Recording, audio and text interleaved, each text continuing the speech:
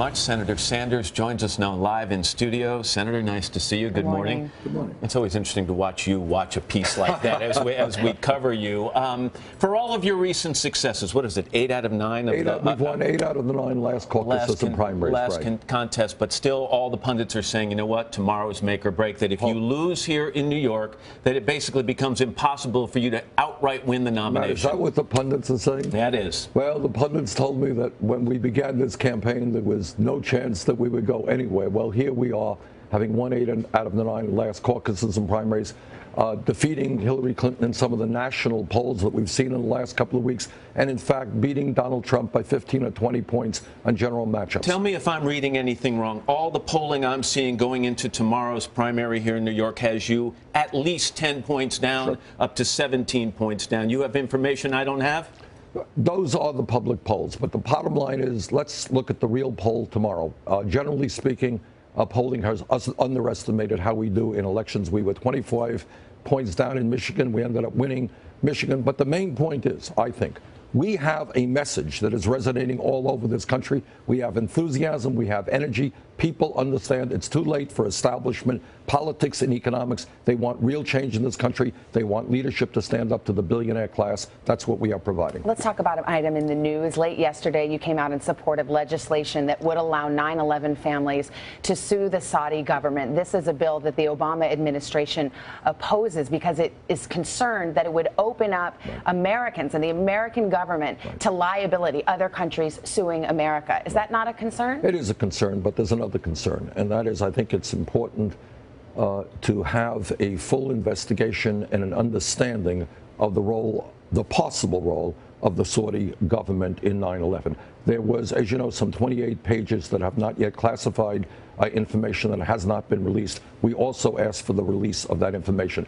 As you may know, the Saudi government has been a major proponent of Wahhabism, which is an extreme fundamentalist version of Islam, which is being taught all over the world. It is a very destructive religion, and I think it's important that we do understand the role that Saudis may have played. Another story in the news, it was actually on the front page of the New York Times yesterday, concerns over what they're calling a new Cold War arms race. The United States, China, Russia, all developing the next generation of nuclear weapons. They're smaller, they're less powerful, and they're much more accurate. It's going to cost trillions of dollars to keep pace. If you're president of the United States, do you endorse the development of that next generation of weapons? If I'm elected president, we will do everything that we can to move toward a non-nuclear proliferation treaty. Look, when you have... Would you allow the Russians and the Chinese to outspend us in that area? Well, I allow them to outspend us. I wouldn't phrase it that way. I think you got to sit down with these people. Russia has enormous economic problems.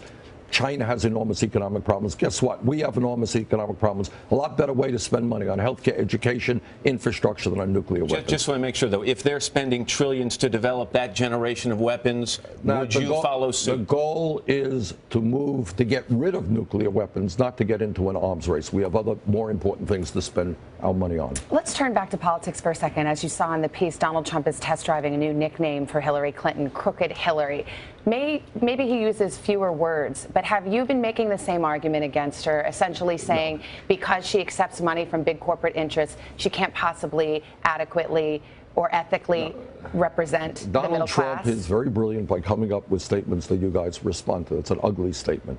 What I have said is, regarding Secretary Clinton, what I have said is we have a corrupt campaign finance system in which billionaires and the wealthy... You've gone further. You have said that she accepts this money from Wall Street or from big banks or from fossil fuels, and that affects her judgment. Yeah, well, of course it does. Why do you think... Well, wouldn't that be crooked? No, in that case, the entire United States government is crooked.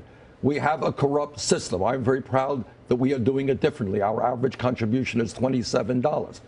And we have received over 7 million individual campaign contributions. That's what's different about our campaign. We don't get money from big money interest. So I'm going to fight as hard as I can as president to overturn this disastrous Citizens United Supreme Court decision. I believe in public funding of elections. I don't want to see big money by elections. You're not making Donald Trump's argument for him against Hillary.